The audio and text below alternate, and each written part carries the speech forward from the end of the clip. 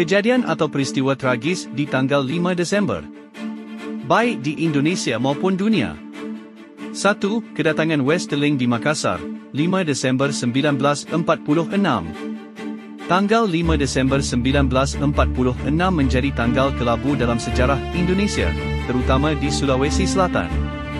Kapten Belanda Raymond Westerling datang dengan pasukan elite Korps Specialisttroepen, CSST, untuk memulai operasi pembersihan terhadap pejuang kemerdekaan dan pemberontak di wilayah tersebut. Operasi ini dikenal dengan teknik eksekusi di tempat tanpa perlawanan, Standrecht, menewaskan puluhan ribu rakyat Sulawesi Selatan. Westerling melakukan serangkaian eksekusi di berbagai desa, termasuk Kampung Jongaya.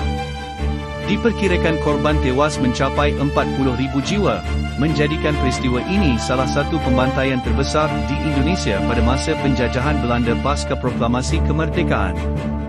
2. Sinterklas hitam di Indonesia, 5 Desember 1957.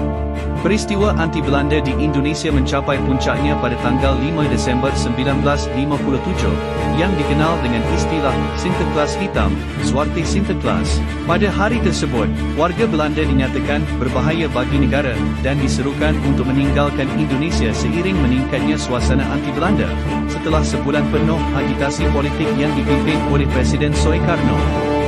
Peristiwa ini menyimbolkan pengusiran massal warga Belanda dari Indonesia.